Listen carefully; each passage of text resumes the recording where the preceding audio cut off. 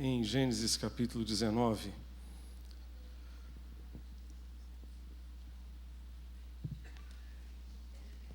em nossa peregrinação no livro de Gênesis, chegamos a essa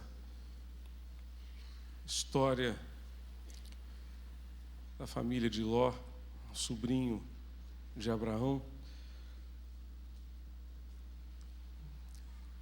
Eu gostaria muito de pedir a você que você se certificasse de que quem está do seu lado está com Bíblia.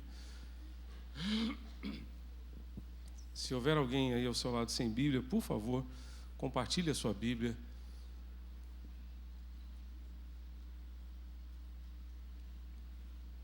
Nós vamos ler todo o texto.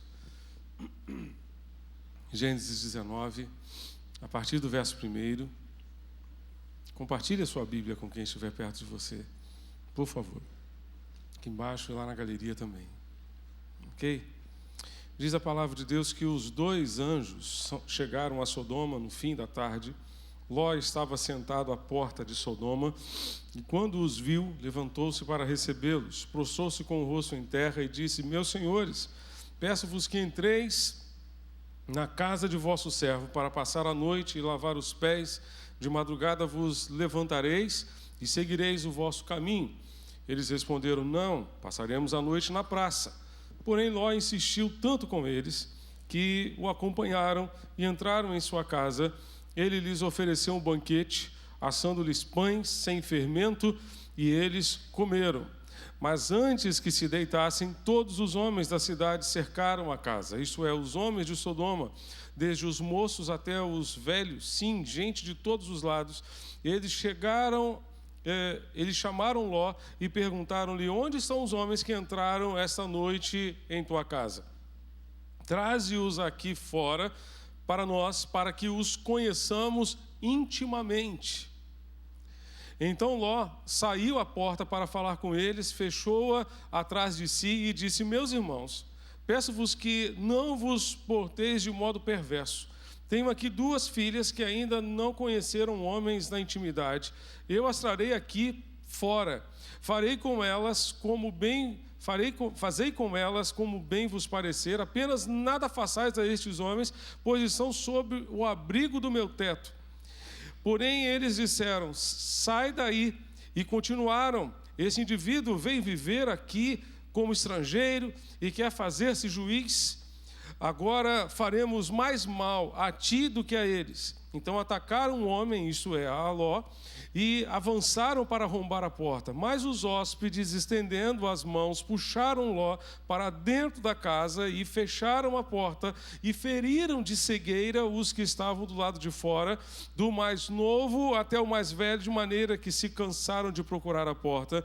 Então os homens disseram a Ló: Tens mais alguém aqui? Genros, teus filhos e tuas filhas e todos quantos tens na cidade, tira-os daqui, pois vamos destruir este lugar, porque o clamor contra ele tem crescido muito diante do Senhor. Ele nos enviou para destruí-lo. Assim que Ló saiu, foi falar com os seus genros que iriam se casar com suas filhas e disse-lhes: Levantai-vos, saí deste lugar, porque o Senhor irá destruir a cidade. Mas seus genros achavam que ele estava brincando. Ao amanhecer, os anjos insistiam com Ló, dizendo: Levanta-te, toma tua mulher e tuas duas filhas que aqui estão, para que não morras no castigo da cidade. Porém ele se demorava, e então os homens pegaram pela mão a ele, sua mulher e suas filhas, sendo o Senhor misericordioso com ele, e tirando-o, deixaram-no fora da cidade. E assim que os tiraram de lá, um deles disse: Foge, salva a tua vida, não olhes para trás, nem pares em lugar nenhum desta planície, foge lá para o monte, para que não morras. Mas Ló respondeu: assim não, meu senhor. O teu servo tem achado, se o teu servo tem achado favor aos teus olhos, e tens me mostrado grande misericórdia, salvando minha vida, mas não posso fugir para os montes, pois este mal poderá apanhar-me e morrerei. Aqui perto há uma cidade para a qual eu posso fugir, é uma cidade pequena, permite-me que eu fuja para lá. Ela não é pequena, e salvarei a minha vida. E ele respondeu: também te atenderei a esse respeito e não destruirei a cidade de que acabas de falar. Apressa-te, foge para lá, porque nada poderei fazer enquanto não chegares lá. Por isso aquela cidade foi chamada de Zoar, pequena. O sol já havia nascido sobre a terra quando Ló entrou em Zoar. Então, da sua parte, o Senhor fez chover enxofre e fogo do céu sobre Sodoma e Gomorra, destruiu aquelas cidades e toda a planície, todos os moradores das cidades e o que nascia da terra. Mas a mulher de Ló olhou para trás e transformou-se numa estátua de sal. Abraão levantou-se de madrugada, foi ao lugar onde havia permanecido em pé, diante do Senhor, e contemplando Sodoma e Gomorra e toda a terra da planície, viu que da terra subia fumaça como de uma fornalha. E aconteceu que, quando Deus acabou com as cidades da planície, lembrou-se de Abraão e tirou Ló do meio da destruição, ao devastar as cidades onde Ló havia habitado. Ló subiu vindo de Zoar e foi habitar nos montes. As suas 2 filhas foram com ele. Como temia habitar em Zoar, ele e suas 2 filhas foram habitar numa caverna. Então a primogênita disse à mais nova: nosso pai já está velho e não há homem nessa terra para nos possuir segundo o costume de toda a terra. Vamos dar vinho para o nosso pai beber e deitemo-nos com ele para que conservemos a descendência de nosso pai. Assim deram vinho para o pai beber naquela noite. A primogênita entrou, deitou-se com seu pai, e ele não percebeu quando ela se deitou, nem quando se levantou. E no dia seguinte, a primogênita disse à mais nova: ontem à noite eu me deitei com meu pai, vamos dar-lhe vinho para beber também esta noite, pois depois entra e deita-te com ele para que conservemos a descendência de nosso pai. Então tornaram a dar vinho ao pai para beber naquela noite. A mais nova levantou-se, deitou-se com ele e ele não percebeu quando ela se deitou, nem quando se levantou. Assim as 2 filhas de Ló engravidaram do próprio pai. A primogênita deu à luz um filho, a quem chamou Moabe. Este é o pai dos moabitas de hoje. A mais nova também deu à luz um filho, a quem chamou Ben-Ami. Este é o pai dos amonitas de hoje. Amém. Amém, gente? Meus amados, a história de Ló e Abraão nos oferecem uma ilustração preciosa de princípios que fazem toda a diferença na manutenção de uma família. E por isso eu queria pensar com vocês nesta noite sobre famílias que prevalecem. Famílias que prevalecem. Primeiramente, famílias que prevalecem são aquelas que dão lugar ao Senhor em suas vidas. São famílias que dão lugar ao Senhor. Se você se lembra do texto, Ló percebeu que aqueles homens que haviam chegado ali na cidade de Sodoma eram mensageiros, eram anjos de Deus, eram pessoas enviadas por Deus, e convidou para que eles entrassem na sua casa. Ló lhes ofereceu um banquete, o menu do banquete não tinha picanha dessa vez, tinha pães asmos, e tinha outras coisas muito interessantes, tá? Aliás, eu queria fazer um parênteses para dizer para vocês que eu achei uma versão bíblica, a Bíblia A Mensagem. Na Bíblia A Mensagem tem a palavra picanha, tá? Eu li essa semana em Romanos capítulo 15. Depois, se você tem a Bíblia A Mensagem, vá lá, não estou brincando, é verdade, tem a palavra picanha lá, tá? Mas no banquete que Ló preparou para eles, parece que não tinha. Tinha só pães asmos e algumas coisas bem interessantes.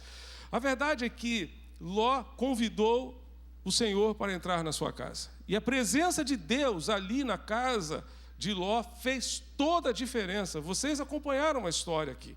A operação de salvamento, o que Deus fez para livrar Ló daquela cidade, daquela destruição que estava para lançar ali sobre aquela cidade. Deus agiu ali porque ele estava presente na casa de Ló. Ló insistiu com eles: não, nós vamos passar a noite na praça. Não, por favor, fiquem na minha casa. Fiquem aqui comigo. Famílias que prevalecem convidam o Senhor para estar dentro do seu lar. Você tem convidado Deus para estar na sua casa? Você tem convidado Deus para estar ali, dentro do seu lar? Há lugar para Deus? Há espaço para Deus? ou algumas coisas que acontecem dentro da sua casa, ou para algumas coisas que acontecem na sua casa, Deus não é bem-vindo. De repente você, não vou convidar Deus para entrar na minha casa, não, porque na hora que eu quiser ver um filme, acho que Ele não vai gostar do filme que eu estou vendo. Na hora que eu quiser acessar alguns sites pornográficos na internet, eu acho que Ele não vai gostar. Então, Deus, por favor, fica lá de fora. Porque a presença de Deus é uma presença salvadora, é uma presença confortadora, mas é uma presença incômoda também. Especialmente se você quiser viver em pecado. Ele vai certamente incomodar a sua consciência. Ele vai mostrar a você qual é o caminho reto, qual é o caminho certo, qual é o propósito dele para a sua vida. Qual é o propósito? Então, o melhor que você pode fazer pela sua vida e pela sua família é convidar o Senhor para entrar na sua casa. É convidar o Senhor para ter lugar dentro da sua casa, dentro do seu lar, em todos os cantos e recantos do seu lar, da sua casa. Deus precisa ter lugar. E se você pensar em fazer alguma coisa que vai entristecer a Deus, não faça em nome de Jesus. Peça a ajuda dEle, peça a graça dEle, que Ele estará ao seu lado para abençoar você e ajudar você a viver de um jeito que agrada a Ele dentro da sua casa. Mas eu gostaria de dizer a você que mesmo que você não tenha convidado Jesus para entrar na sua casa, tudo que você faz dentro da sua casa está diante dos olhos dEle. Ele está vendo tudo o que está acontecendo ali. Mas Ele gostaria de sentar-se à mesa com você. Ele gostaria de ter intimidade com você. Ele gostaria de ter a oportunidade de conviver de uma forma mais profunda e íntima junto com a sua família. Isso só vai ser possível se você convidá-lo para fazer. Jesus disse: eis que estou à porta e bato. Se alguém ouvir a minha voz e abrir a porta, eu entrarei, cearei com ele e ele comigo. Jesus está batendo a porta da sua casa, Ele quer ter intimidade com você, quer cear com você, Ele quer congratular-se com você. Em segundo lugar, queridos, famílias que prevalecem são aquelas que influenciam mais do que são influenciadas. Hoje pela manhã eu fiz uma referência ao capítulo 13 de Gênesis, quando há um atrito entre os pastores de Ló e os pastores de Abraão, pastores de gado de Ló e os pastores de gado de Abraão. Abraão, para evitar problemas com o seu querido sobrinho, chega para ele e diz o seguinte: a terra está diante de você, escolha para onde você quiser ir. Se você for para a direita, eu vou para a esquerda. Se você quiser ir, portanto, para a esquerda, eu vou para a direita. Se você quiser ir para o sul, eu vou para o norte, e assim por diante. E Ló, então, olhando para a campina do Jordão, ele disse: é para lá que eu vou. É para lá que eu vou. E diz o texto que Ló, na medida em que ele se aproximou, portanto, daquela campina, ele foi armando as suas tendas na direção de Sodoma e Gomorra. Não foi de uma vez só. Talvez ele tenha em algum momento, ele e sua esposa, deixado as suas filhas, deixado a sua barraca, deixado os seus pastores, e tenha dito assim: querida, vamos fazer uma visita a Sodoma? Vamos lá ver o que rola naquela cidade? Foram então fazer uma visita. Depois da primeira visita, a segunda visita, a terceira visita, começaram a se tornar íntimos ali daquelas pessoas e foram armando as suas tendas na direção de Sodoma e Gomorra. É assim que o pecado faz com a nossa vida. É assim, não é de uma hora para outra, mas é um processo. É um processo pelo qual ele vai nos contaminando e nos influenciando, mas a família que prevalece, ela influencia mais do que é influenciada. Ela influencia mais do que é influenciada.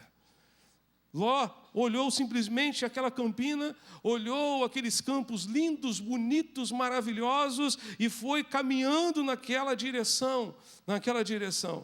E foi se afastando de Abraão e foi se aproximando cada vez mais do pecado, daquilo que poderia trazer, certamente, a destruição daquela família. O texto no verso 12 dá a ideia de uma mudança, portanto, gradativa.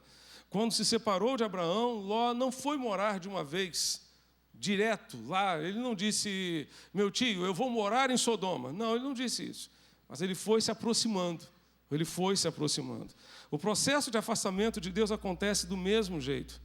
Na medida em que começamos a fazer concessões, vamos nos acostumando ao pecado de tal maneira que nos envolvemos e quando damos conta já estamos totalmente envolvidos com ele.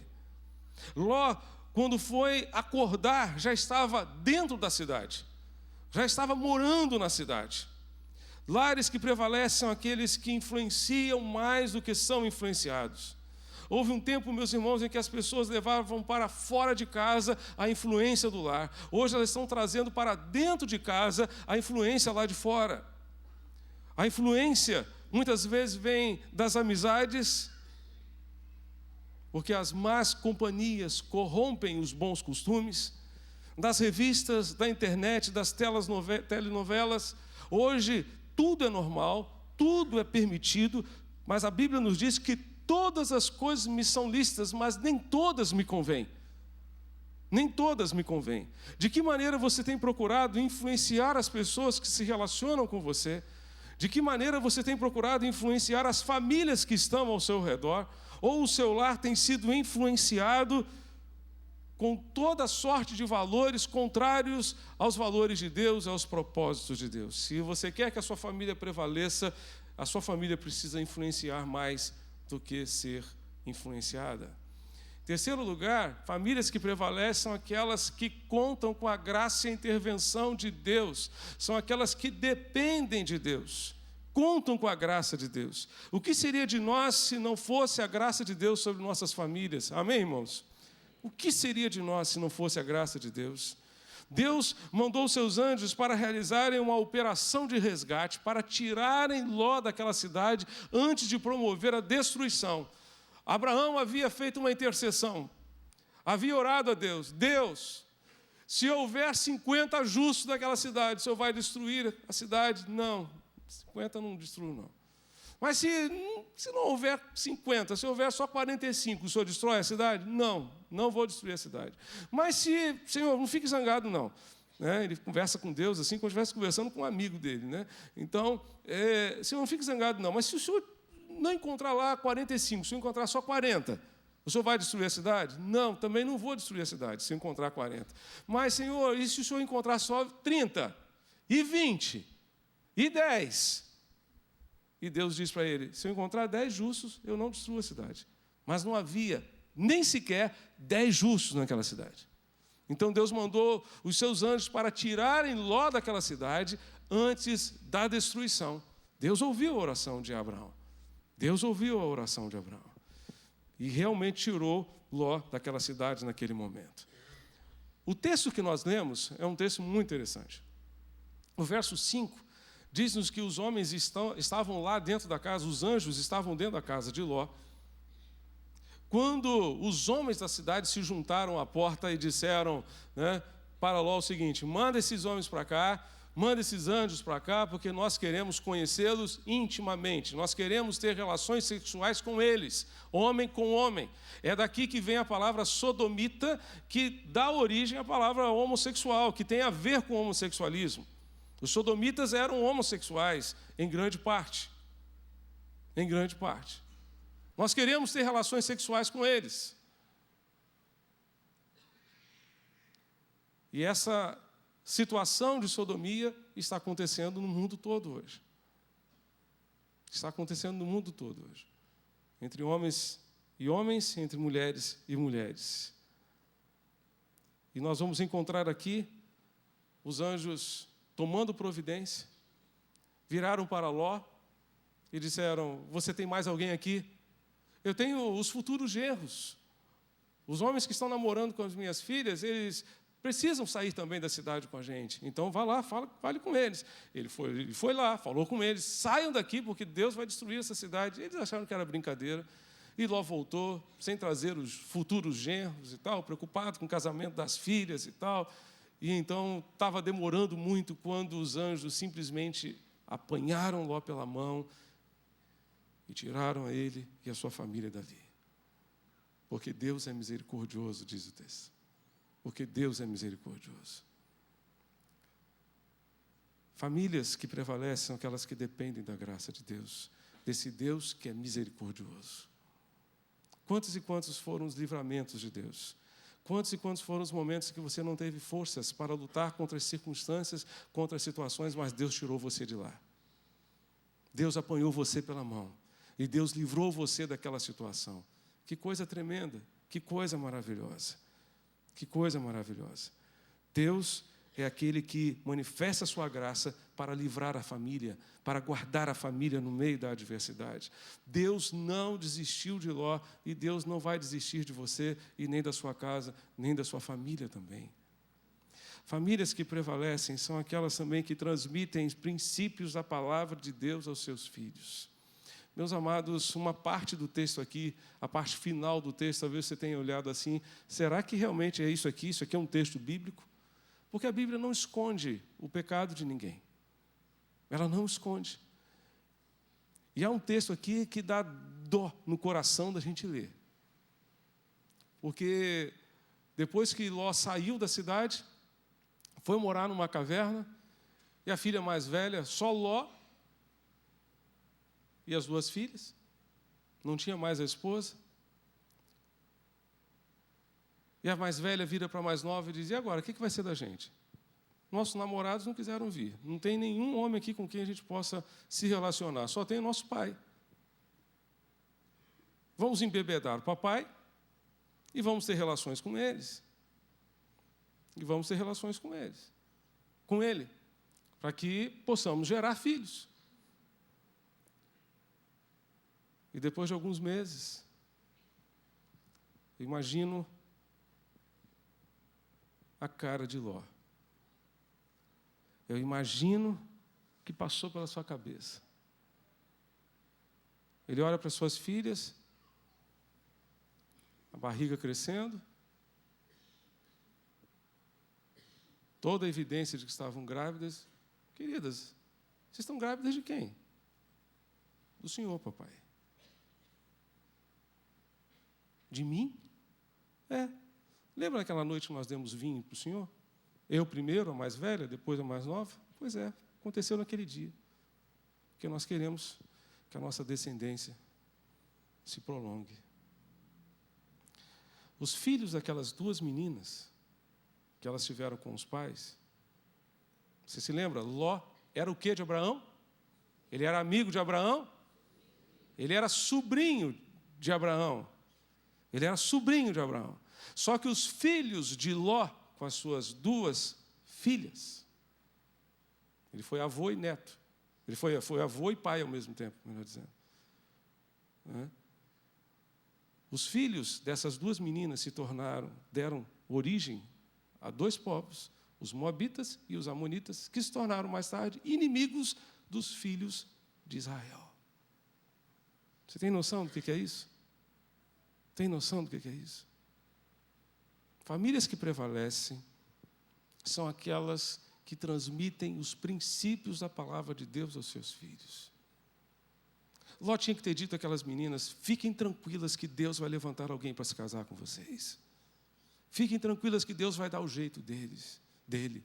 Deus vai fazer algo extraordinário. Deus vai resolver de alguma forma. Nós não vamos dar jeitinho. Nós vamos dar o nosso jeito pessoal. Nós vamos confiar na graça de Deus. Esse Deus que nos tirou com mão forte e poderosa daquela cidade vai providenciar marido para vocês também.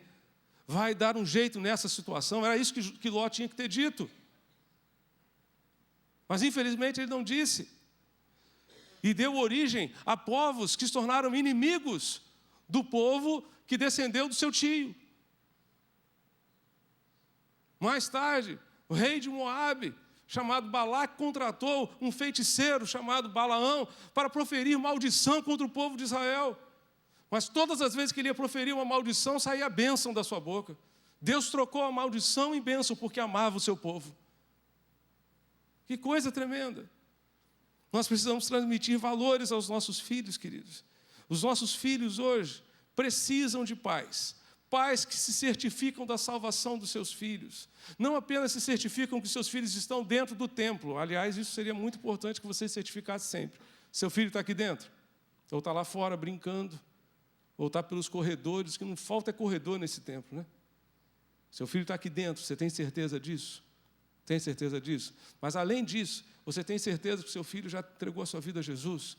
Que o seu filho está salvo? Você tem certeza disso?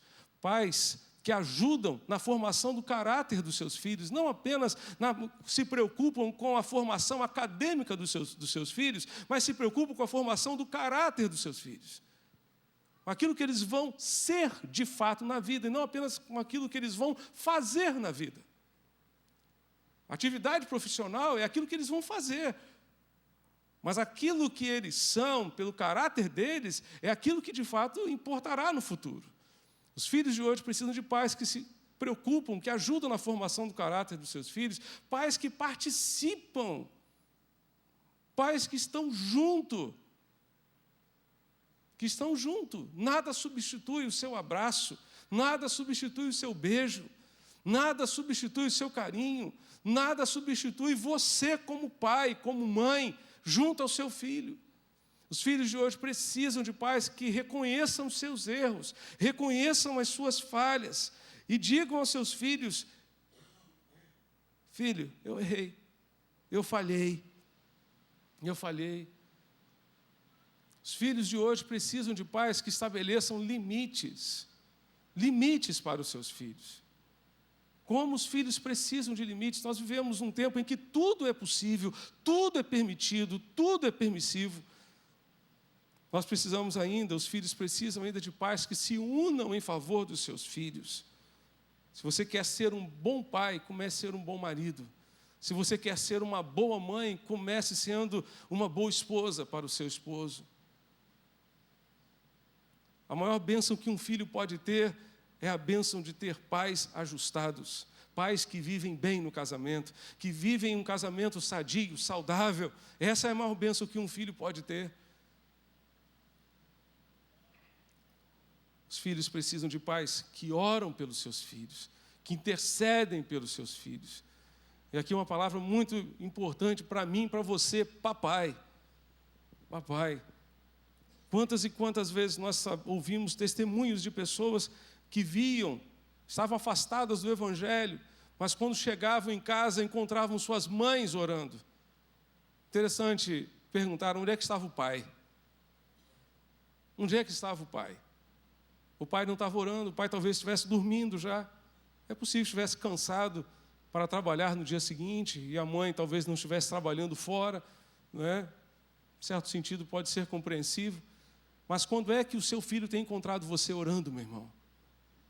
Quando é que o seu filho tem encontrado você de joelhos, clamando a graça de Deus pela sua vida?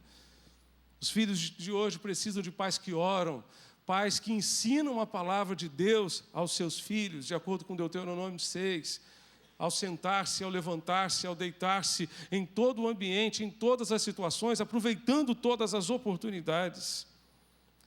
Famílias que prevalecem são aquelas em que os pais se importam com seus filhos e ensinam aos seus filhos os valores da palavra de Deus. E por último, famílias que prevalecem são aquelas que olham para frente. Os anjos disseram a Ló e a sua família: corram, fujam e não olhem para trás. Não olhem para trás. Para vocês salvarem a vida de vocês, não olhem para trás. Deus deu uma ordem. Mas a mulher de Ló olhou para trás e tornou-se uma estátua de sal. Virou uma estátua de sal. E a palavra de Deus vai nos dizer lá em Lucas, capítulo 17, lembrai-vos da mulher de Ló. Lembrai-vos da mulher de Ló. Essa foi uma advertência de Jesus para aqueles que resistem em olhar para frente e querem sempre olhar para trás. Para trás. A mulher de Ló olhou para trás. Da mesma forma, a nossa vida fica inerte, fica imobilizada quando olhamos para trás. Não caminhamos, não andamos para frente, não seguimos o rumo que Deus tem reservado para nós. Da mesma forma, o casamento não anda para frente quando resolvemos manter os nossos olhos atrás. Da mesma forma, uma família não anda para frente quando essa família continua presa